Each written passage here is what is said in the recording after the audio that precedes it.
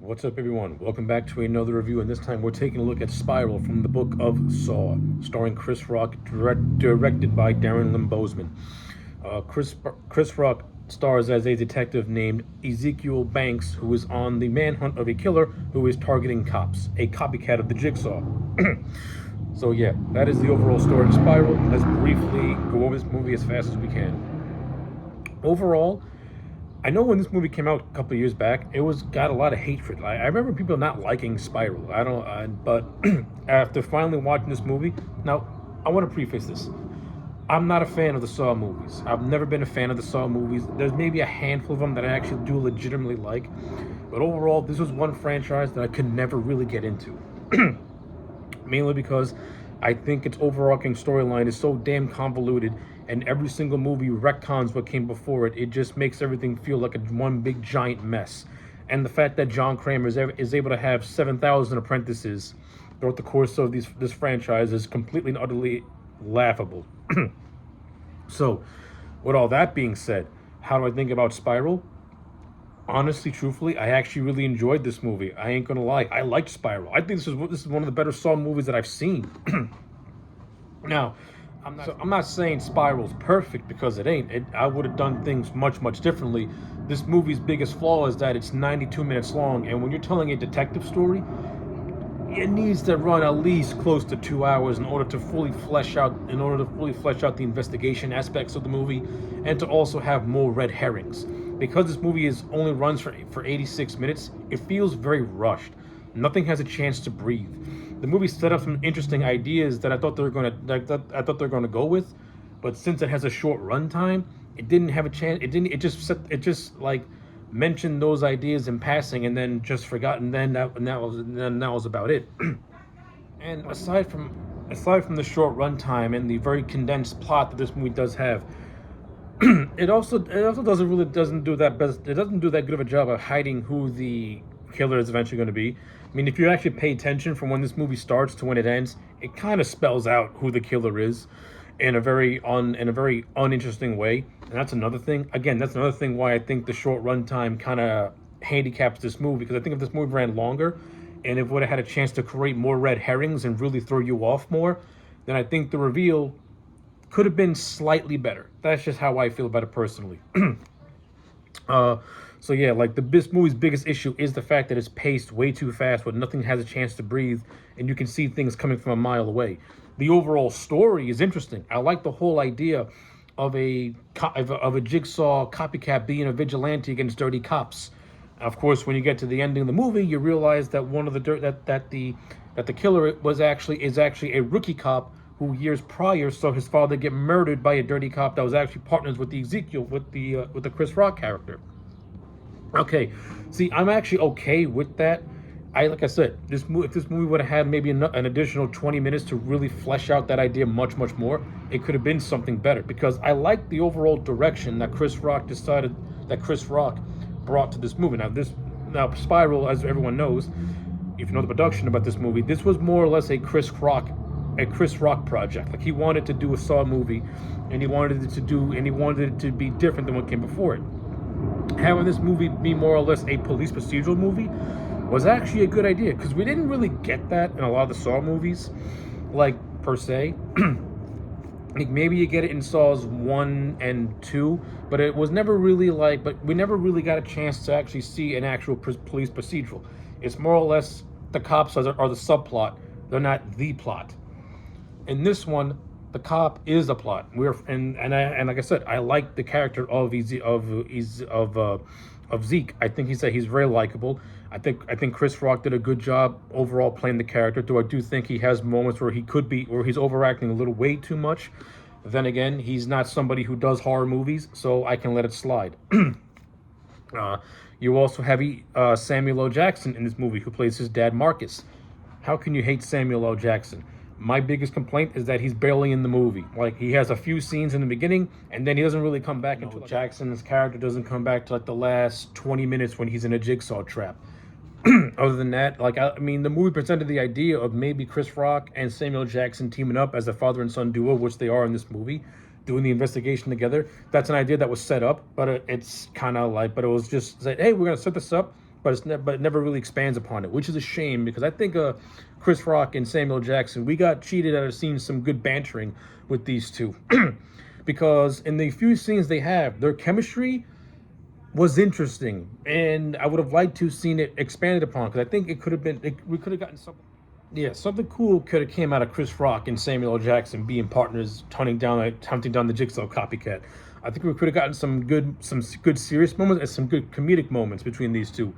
Like we got the groundwork for it, but it was never fully fleshed out upon, which is a big gripe on my part. In terms of how in terms of how Zeke reacts to his rookie partner, I actually, not gonna lie, kind of enjoyed their budding friendship and relationship throughout this course of the movie. I just found it overwhelming that Zeke didn't have this big reaction when he found out that Schneck was actually the copycat all along, even to the point where he faked his own death just to make sure he covers his tracks. Like, I don't know, for some reason that revelation fell flat to me. I don't know why. I don't think Zeke reacted properly to it. Mainly because I don't get that sense that he felt betrayed by somebody that was becoming like a close ally to him or a buddy or a friend. I don't know. It just felt weird.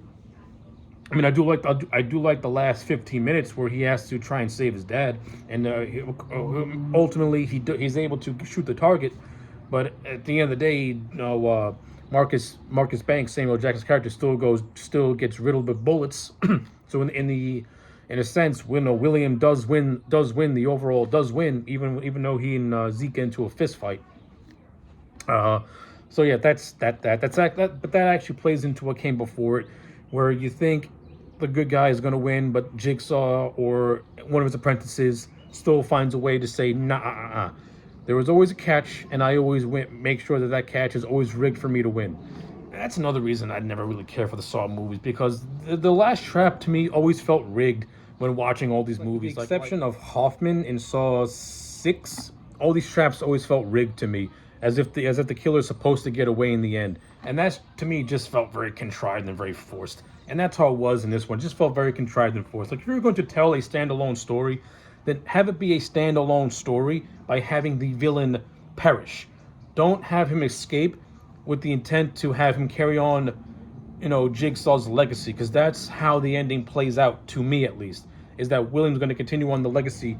Meanwhile, you have Logan from the Jigsaw movie and Dr. Gordon still out there.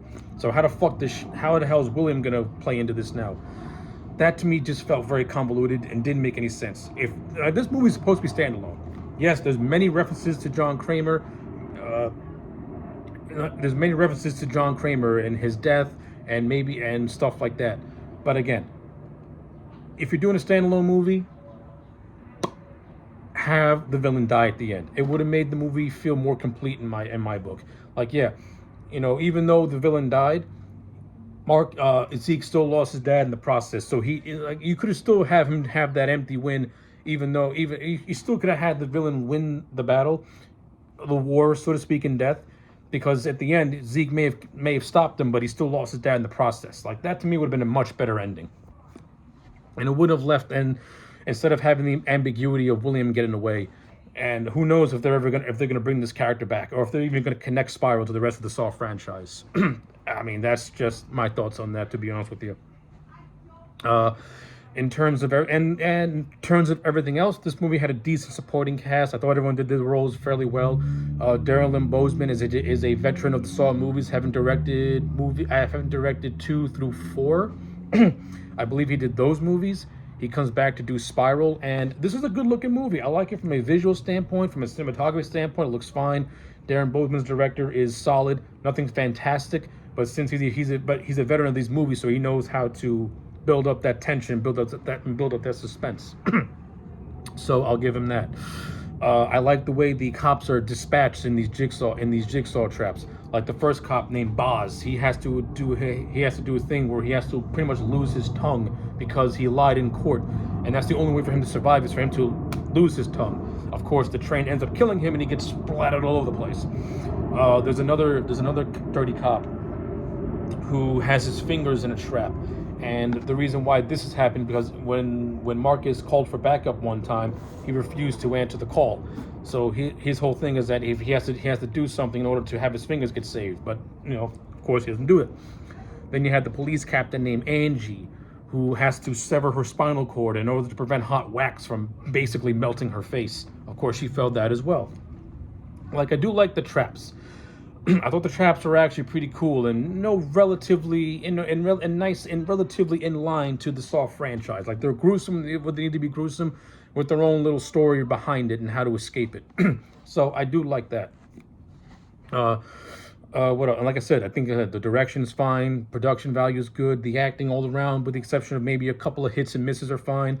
This movie does set up maybe a handful of red herrings, like this corrupt cop named Pete, which Chris Rock character saves to fail at the end, and he gets dispatched in a very gruesome way where he's like chained up, and he's in this bottle plant, and these shards of glass just cut him up until he eventually dies. Like, that was a nice gruesome death scene. Nothing over the top like this series is known for, but it's I think the more grounded. I think that stuff like having shard glass just stab at you multiple times is much more cringe. Is much more cringe in your seat, like hard to watch, than a reverse bear trap ripping your skin off, or a girl hanging from a ceiling and then getting sawed in half. Like stuff like something that could actually happen, like shards of glass piercing your skin. I find it to be much more like hard to watch because it could happen in real life. So yeah, I like that. The overall detective story, like I said, if this movie had an extra 20 minutes and had more red herrings, then it could have been better than what it was, because I like the whole idea of Spiral taking some inspiration from David Fincher's Seven. Because in some areas, that's what this movie felt like to me. It felt like I was watching Seven, but in a Saw movie.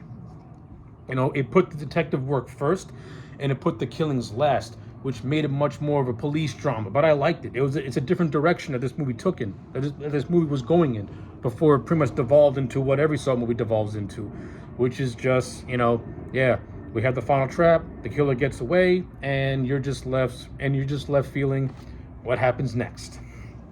And that's pretty much and that's pretty much what I have to say about Spiral. I think this is a good Saw movie. I think this is a good movie. To me, it's a good movie. I don't know if it's a good Saw movie. I mean, maybe you could say it's a good Saw movie, but I like the fact that it was more standalone. Like, yes, you have references to John Kramer to let you know, yes, this story is set in the universe, but it's not a John Kramer story. It's a different story. I like the whole idea of Saw having branching out, of Saw having these standalone stories that could one day connect to the overall plot line, but they're more individualized and more personal. I like that idea. Now, if Spiral would have handled that idea in a much different way, I think this movie would have been could have launched a different direction for the Saw movies in general.